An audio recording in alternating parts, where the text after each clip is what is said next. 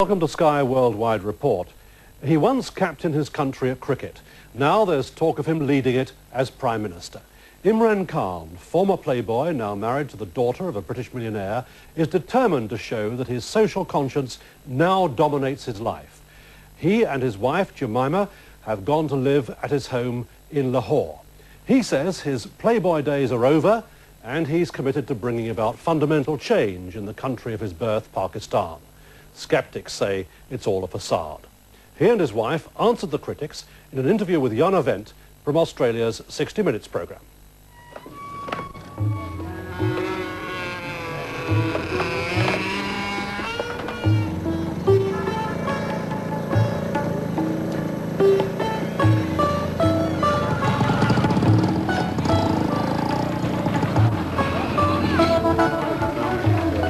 In some parts of the world, he's only a hero. In Pakistan, he's a demigod.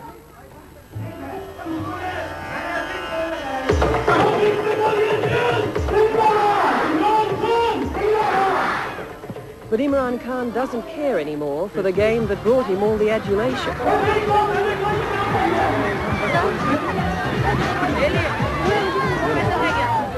At 42, he is reborn as a symbol of Muslim pride and the brightest political prospect in a country staggering under the twin burdens of poverty and corruption.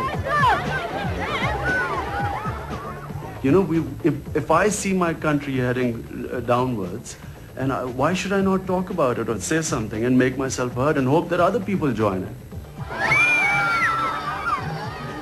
In a democracy, I mean, we all have the right to say what we think is right. If I have a platform, I should speak out. You know, this is the essence of democracy. Anyone in a position, by the way, this is also very much Islam. You're supposed to stand up and say what you think is right. All the same, you're standing up more than most other people in this country. Not at all. There are a lot of people saying the same thing as me. You know, what I'm saying... Not the kind of attention paid to them. But this is what you're saying is that people do not have the platform which I've got. All the more reason for me to say it. And he has plenty to say. Pakistan, he believes, should discard what the British left behind, starting with the legal system, and return to tribal law. His countrymen should wear only traditional dress, as he does. And English should give way to Urdu, Pakistan's main language, in the country's schools. His conviction springs, he says, from a spiritual awakening to Islam. As far as those of us looking on can judge, you've gone from cricketer to social reformer, from man of the world to Pakistani nationalist, and from playboy to devout Muslim and husband. That's quite a transformation, isn't it? The assumption is that we don't change. When we pray 5 times a day, we always repeat one thing in the prayers, that, oh God, guide me on the right path. Now, you know, if we weren't to change, you know, we would not come on the right path. I mean, the right path is every day. In your mind, is this a genuine spiritual awakening that he's gone through? Some of it must be genuine. It's as genuine as a confused person's spiritual awakening can be. Jugnu Mohsin is editor of Pakistan's Friday Times and a fierce critic of Imran Khan. He stands on a high pedestal and lectures us about how we ought to live and how we ought to be proud of our culture and our roots and our heritage, and we are. We know who we are. It's he who doesn't know who he is.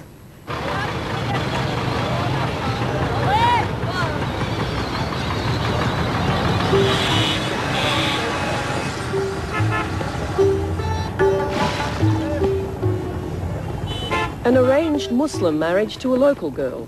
That was the expectation. An expectation encouraged by Imran himself in Pakistan. But ultimately, Imran selected his own bride, and she was neither Pakistani nor Muslim.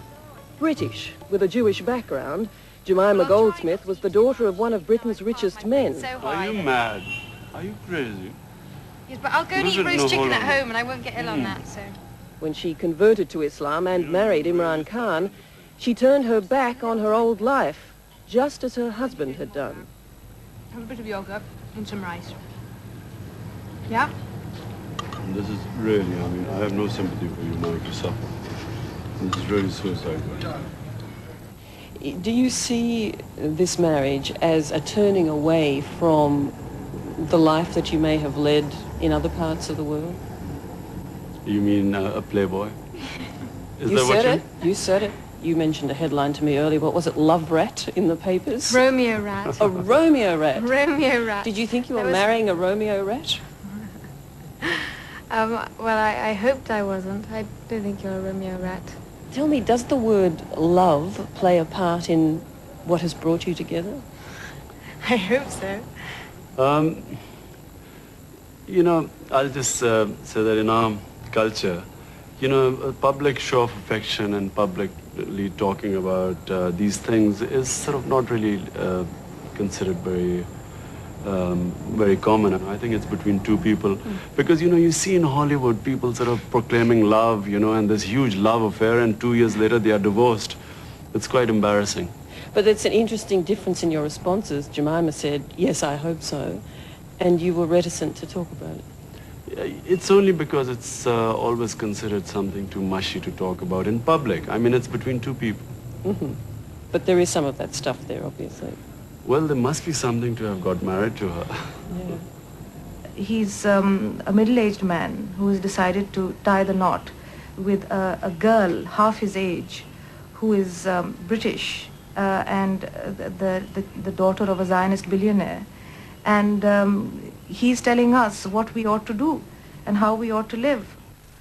Now, if I married because the other culture was superior, if I married her because I thought she was white and superior in English, then of course it is a hypocrisy.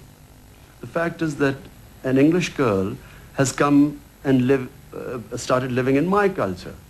Assalamu alaikum. I recognize you. Assalamu alaikum. Gary? If there's a reason, other than his fame and his faith, that Imran Khan is seen as a political contender, this is it. In less than 5 years, he raised the Shaukat Khanum Memorial Cancer Hospital from the ground. A world-class cancer treatment and research facility, it was built in honor of his mother, who died of cancer in 1985. And it was built almost entirely on the strength of his passion for the cause, a passion Jemima is now caught up in. Best laboratories in, they think, in Asia, one of updated compared to any laboratory in the world. I haven't seen this before either, so it's a guided tour from you too. No. I've only really been to the wards. People, the longer they live, I guess, accumulate more wisdom. Do you have any sense of Imran, who is twice your age, being a wiser person than you are now? Yeah, I mean, I think he's definitely got a lot to teach me, but... And you're prepared to learn from him? Yeah, I hope he's prepared to learn from me a bit too, but at 21, who knows? Who knows what I can do. Imran speaks a lot about choosing a wife who has a vision that is compatible with his vision. Do you feel that you share his vision? Well, I hope so. And you believe that and the two of believe in you the do? same things. Yeah, I think what instinctively I think he's instinctively I would say that on most occasions I believe in his judgment. You know. You mean my husband is never wrong? No, I don't mean my husband's wrong. He's wrong quite often, but I mean that that what he believes in instinctively is something which actually we share. You know, I'm being so hopelessly inarticulate. I'm sorry. She thought it wasn't, there was no hope. On his fundraising drives for his hospital and his newly launched literacy campaign, Imran Khan is seen by the public as a man who gets things done for the love of it. Genuinely, I didn't actually realise how completely he's wholeheartedly dedicated his life to this project. But his enemies in government see nothing but a potential political adversary, even though he denies it. I mean, if I wanted to join politics, my first offer was way back 6-7 years back, when General Zia offered me to join the interim government as a minister. You know, I mean, if that was all this manipulation was going to be propelled into a ministership with a flag in front of my car and sitting in high office, I would have jumped in by now. There's at least one person in this country who does not accept Imran Khan's assurances that he has no political aspirations, and that's the Prime Minister of Pakistan, Benazir Bhutto. She and her government have done everything imaginable to erase Imran Khan from the minds of Pakistanis, and they've gone to some grotesque lengths to achieve that. An ad for Khan's cancer hospital has been banned from the nation's TV screens. A promotion for the national airline trumpeting Pakistan's spectacular 1992 World Cup win has one stunning omission. It makes no mention at all of the captain who led them to that glorious victory. You know, we are blotted out of television. We cannot make an appearance on TV. One producer, just because he let my name go through, was suspended for 4 days on Lahore television because in a quiz program he let my name slip. The hospital has not been shown on Pakistan television ever since it's been made. People haven't seen the hospital.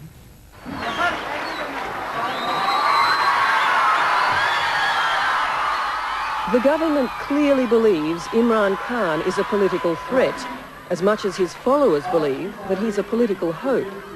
His denials are not helped by the fact that at rallies like this one, he talks about restoring national pride. He talks about rejecting foreign aid, and he talks about cleaning up corruption. In fact, he talks a lot like a politician.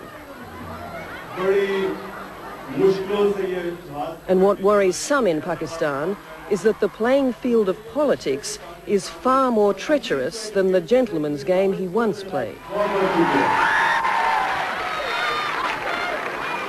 Cricketers don't often become social reformers. They don't often become politicians.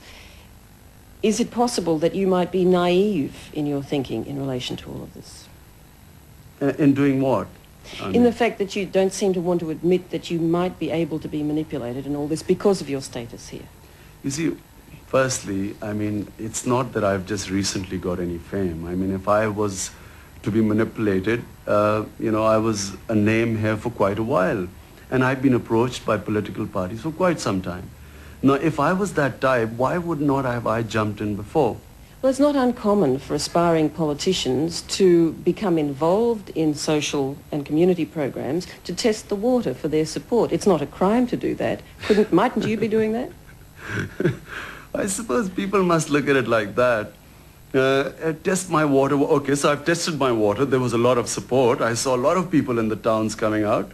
So I've tested it. Now surely I should be jumping in now, because that's what was predicted, by the way. They thought it's imminent now and he's about to launch a party or something. My objective is that if I am in a position to help my country, I will try and do that. And I feel that in the current state of affairs, the way our political system is set, I can do a lot more good to my country outside politics. And that's what I'm trying to do. The changing face and lifestyle of Imran Khan